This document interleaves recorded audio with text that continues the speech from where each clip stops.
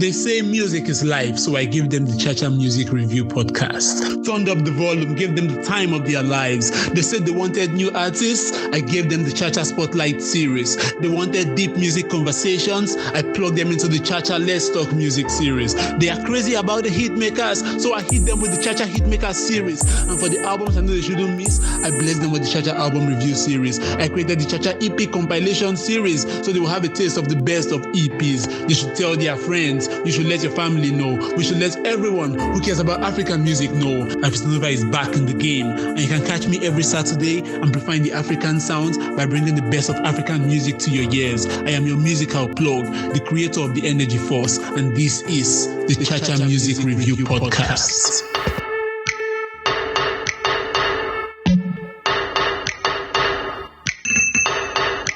Ladies and gentlemen of the Cha-Cha Nation, my name is Afistanova, your musical plug, the creator of the Energy Force.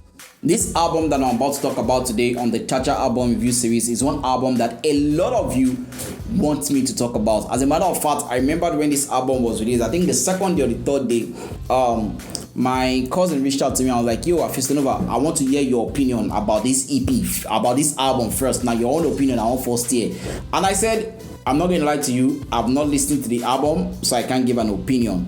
And then when I listened to the album, I decided not to do, a review on the album because of some of the statement that was made before the album dropped, right? Yes, make I just talk the album what they talk about so that you guys will stop guessing. I'm talking about the 7th studio album coming from Burna Boy, which is titled I Told Them. The album was released on the 25th of August 2023, and the album features 21 Savage, Dave, Seyi Vibe, J. Cole, Giza, RZA, those of the Wu-Tang Clan. We have Byron Messia. The album had 4 singles that came out before the album. You had Sittin on Top of the World, you had Talibans II, you had Big 7, and you had Cheat on Me, right? Now the album was produced by Gordon, Kofo, Tells, Meg, P2J, Sellers, Creed, Adrian X, Yeti Beat, Letek, YJ, J Blue,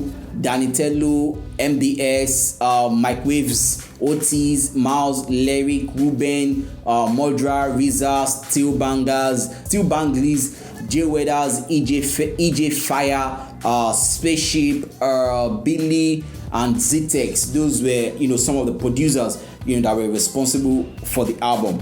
Now, one of the things about this album, and I'm going to be honest, is the fact that this album is a good album. Definitely not a spectacular or one of the best album that he has put out there, right? But it's an album that you will enjoy.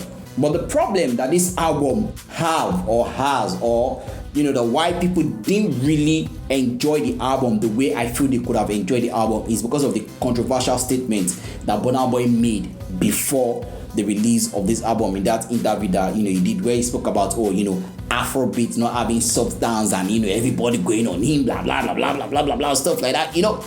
I have my opinion on some of those things that he said, but this is not where I'm going to talk about it. I'm here to talk about his album. Like I said, this is a good album. I mean, there are some songs there that are very, very much enjoyable.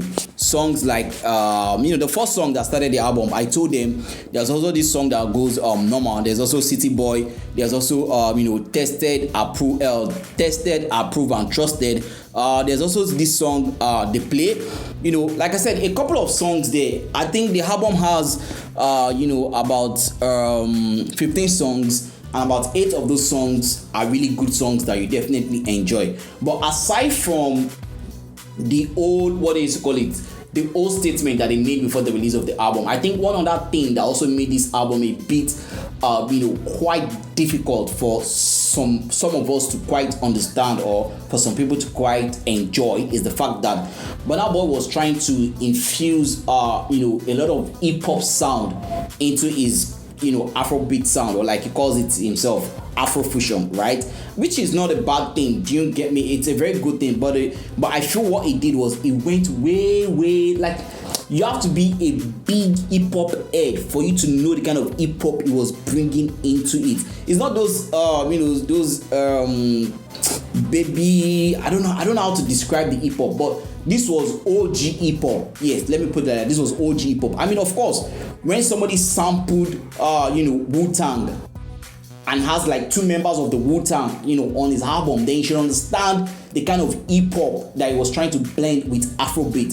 So for me, I feel like because of that kind of hip hop, which is not something a lot of Nigerians are used to, especially Gen Zs, some millennials might be kind of tapped into it though, but a lot of Gen Zs might not even be tapped into it, or Generation X or whatever stuff they call themselves, right? But someone about 15, 16, 17, even 25 years might not really be into the old Wu-Tang kind of hip hop, which was something Burna Boy was trying to blend with Afrobeat on this album. And for me, I feel that was where the disconnect came from, on this album. You hear songs like oh yeah okay, which is City Boy, right? And you feel oh gosh, and you hear a song like Sitting on Top of the World, and you go, well, I mean, what's it trying to do here, right? But like I said, it's a very good album. No, I don't want to use the word very good album, because people will come for me and say it's a good album. It's an album that without no bias you definitely enjoy.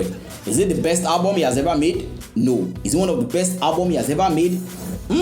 I will still say no. Is it an album that you enjoy? I'll say yes. So I don't even listen to the album already, so I don't even need to say you guys should go and listen to the album. But I just wanted to do this review because I know a lot of you have been waiting for me to do the review of this album, and now it is finally done. I have told them, the album is a good album. If I'm going to rate the album over 10, I will give the album a 7 over 10, and that's my honest review on this album. I'm not going to lie to you, I still listen to this album at least once a week. Among the other albums that I listen to, it's part of the albums that if I say okay, I won't go listen to album, I told them it's also one of those albums that I'm going to listen to, because I be big hip hop fan, and I've been listening to Wu-Tang for a very long time, so I understood and I understand the hip hop that he was trying to blend within the Afrobeat, and it fits into my own kind of music, so which is why I kind of recognized it. But that statement that he made about Afrobeats was why a lot of people didn't want to give this album attention. And those that even gave the album attention, they were looking for faults in the album, so they didn't listen to the album because they wanted to enjoy the album, but because they wanted to feel what he has done. They were looking for the fault, and so they can come for him and say, hey, even you really talk your own album self, not get substance, quote and unquote. But all in all, like I said, this is a very good album. So do whatever you like with that information. With that, I have come to the end of this episode of the Cha Cha album review series. It's like coming away with another episode. My name will always remain Afis Denova, your musical plug, the creator of the Energy Force. Remember, in whatever you do, keep the energy, keep it 100, and keep it positive. Peace out. Time for the Cha-Cha gang.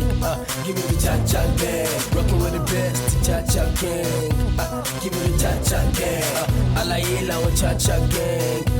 Give me the Cha-Cha gang. What's in my body, Cha-Cha gang. Give me the Cha-Cha gang. Cha-Cha gang. What's in my body?